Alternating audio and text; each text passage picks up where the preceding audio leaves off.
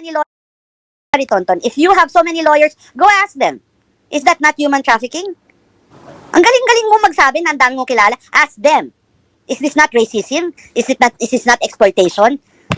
You're making these Africans into like animals in a zoo, and you're calling yourselves Christian. Ay, nako, Diyos ko. Anyway, so, lahat yan. Tapos, at the same time, maghuhugas kayo, ka, depende. So, really, it's a show of your character. Sorry. Sige, bash mo ako, pero, sorry, that's how your character showing. When you're asked a simple question, is it okay to monetize grief? Depende. Under what circumstances?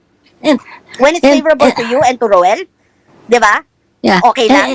And add ko lang kay sinisin kasi. It's not, this is not, sana hindi mangyari sa'yo to. Pero think about it. If this happened to you, you think you'd be happy? Would you think you would want people defending you, protecting your interests? Tapos mamasamain mo pa kami? Because we're looking at the voiceless, the vulnerable. Diba? Yun lang naman eh. Tas bashers kami. Saan? Sampaling kita ng pera dyan eh. Diba? Ang pera mo. I'm sorry. Diba? Kung ganyan ang labanan. My gosh. Meron siyang 1 carrot. Oh my God. Ay, nako. Go to Turkey and get a hair transplant, girl. If you have that much money. My God. At ako mo ay, nako, yung mga katsipan mo na mga pinadadala mo. Oh my gosh. Ask any American here. Saan mo kinuha? Sa Ross, sa Target, sa Tarjay. Di ba? Yung mga Louis Vuitton na yan. Louis Vuitton girl. It's not a rich girl. Sorry ah. Pero kung yabang mo. God. Yan, sorry ha. Ngayon ko na mabenta kasi really cannot stand. Louder, spectatrice.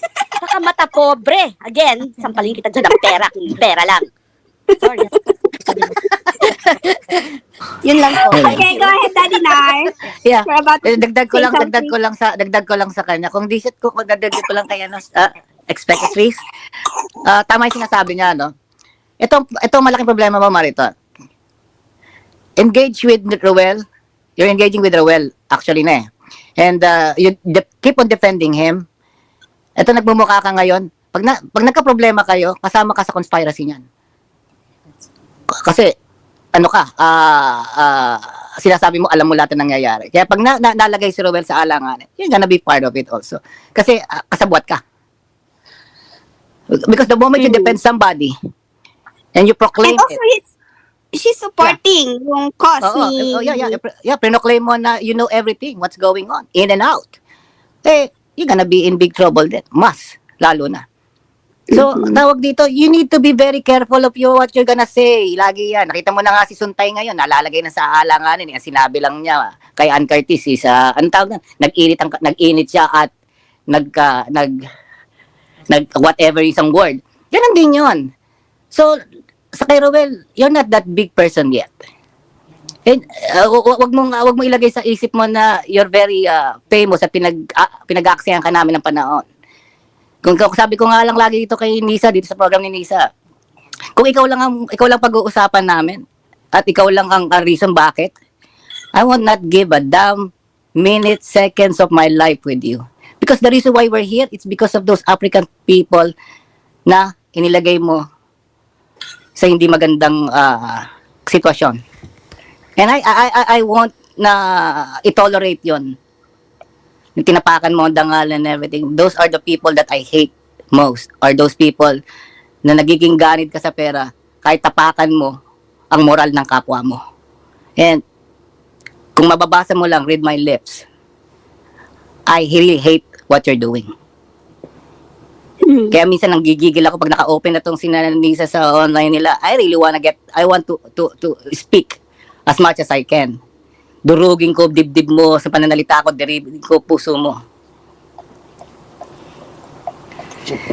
Kaya kung pag-uusapan nyo tungkol sa mga pera nyo, kung gusto nyo magsampalan tayo ng pera, hindi naman ako lalaban no dahil I respect my money. I respect what I earn because it's a hard-earned money.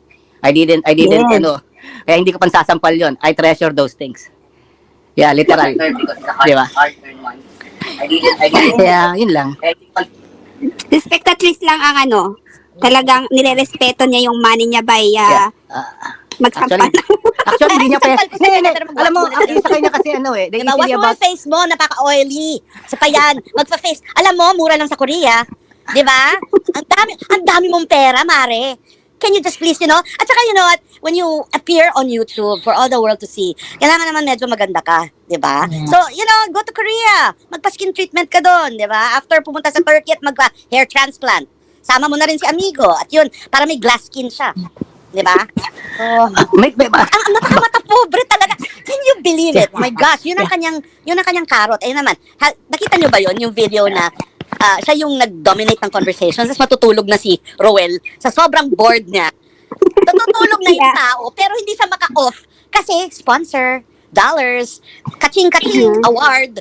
Di ba? Oh my gosh, ganyan na lang, di ba? Anyway, Tigil-tigilan nila yung mga kayabangan. So upsetting. But at the same time, it's hilarious. Yeah. Say hilarious, Belgian. Hilarious. You're hilarious. Okay, Daddy Nar, you're about to say something. I think it's time for me to go. Nagpapasalamat ako for everybody who's watching, listening right now. Sa mga guests nyo ngayon, they're really doing good and very interesting talaga yung mga sinasabi nila. May sense. Ang pinag-uusapan namin, yung mga tao involved, they have no sense. But these people, makikita mo kung gaano ka-sense yung bina-voice out nila, which is true. Hindi bashing ang tawag doon. They're speaking in behalf of what they feel, kung ano yung sa tingin nila ang dapat tama, and try to recognize those things, Roel. Kasi nakita mo, nagbibigay sila ng effort para sa'yo to make everything na maging diretso.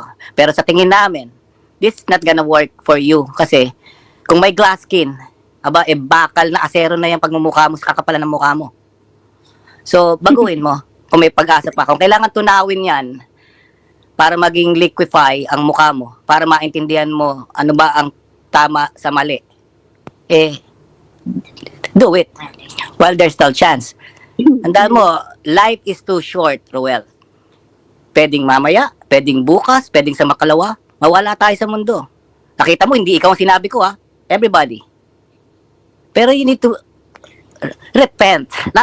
Yung nakakatuwa yung saltante ng repent. Repent.